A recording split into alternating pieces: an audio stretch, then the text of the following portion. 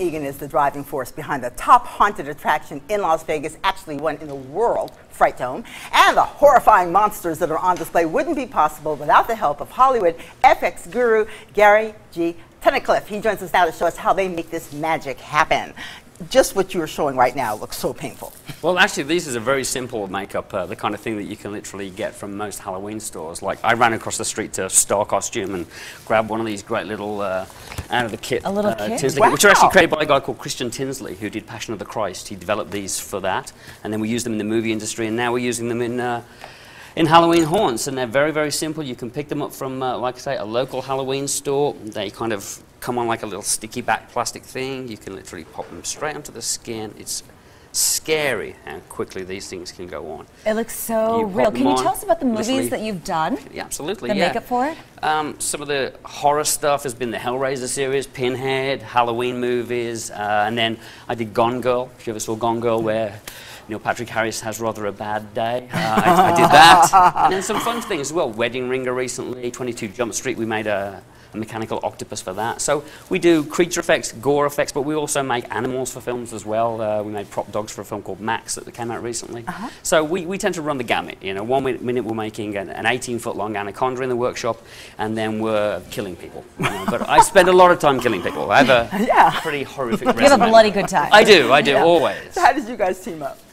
Part of my parole agreement, really. Yeah, right? Yeah. Jason we were doing one of the years of Fright Dome was The Collector, a horror film which I'd done the effects for.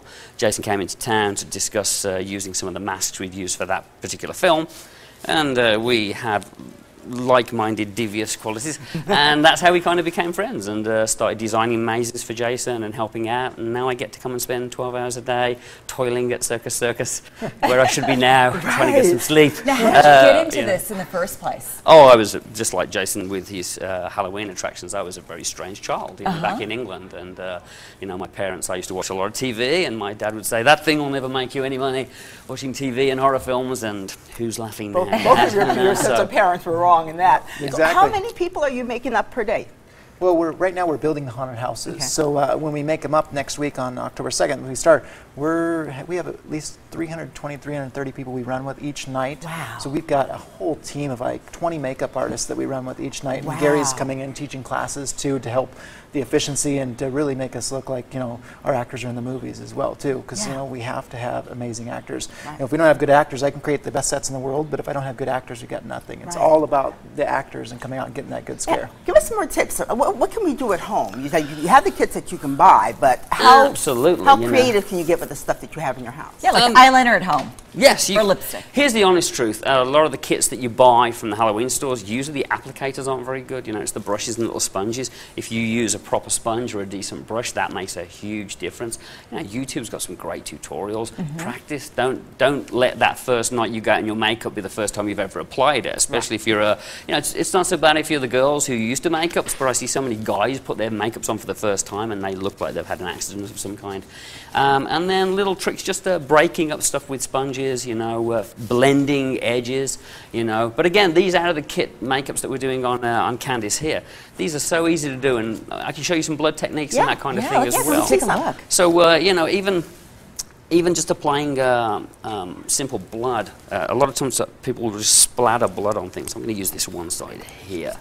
And, well, you've gone too far there. These squirrely chairs. Can you bring it back to me, Jason, please? Just a bit more. Sometimes just applying blood, but the thing about blood is you've got to give it some energy. Sometimes, can you close your eyes, please? In your line of work, can you ever go too bloody? Absolutely. Too over the top? Well, I think a lot of people who saw Gone Girl thought maybe we'd gone a little bit too bloody, but David Fincher, you know, he likes his blood, so. So yeah, there's a lot of times when even the late great Wes Craven, who recently just passed away, who did the Scream movies, I did a couple of scenes with him, and he was like, "Wow, you really don't hold back with that stuff, do you?" But you know, my feeling's always been, if you're going to make a horror film, then make a horror film. Have a little bit of blood, you know what I mean? Exactly. But the trick sometimes is to put blood on and then actually remove it. Take some of it away. I'm just going to kind of mop some of this away a little bit. Look at that, that looks so good. Yeah. A lot of times people will just gunge blood on. Also, you want to try and find a blood that's got a little bit of brown in it or a little bit of caramel. So sometimes just get it on there. And then you get this great effect of this kind of watermarking that occurs. and that tends to look a bit more realistic. So don't just drench whatever you're doing in blood. You know, and how long does it take to do a full makeup on like one of Jason's characters? Some of the more elaborate ones on the billboards, they can be 2-hour makeups. Wow. But the makeup artists at the Dome, we're trying to get 15-minute makeups, trying to get them done real fast. It's kind of scary. Yeah. And when it comes to taking it off, usually how long does it take you? Oh, I don't do that. I just Yeah, you let them do themselves, right? It's honestly, the trick there is, you know, you've got to take care of your skin, so take as long as necessary. If it hurts as you're pulling it off, do it slowly, you know. But again, like I said, I just want to say there, see, a little bit of blood rather than caking it in blood makes all the difference. That's well, Gary, thank you so much. Candace, we will call the doctor for you. Okay? Thanks to UFC for letting Candace come out today. Thank you. The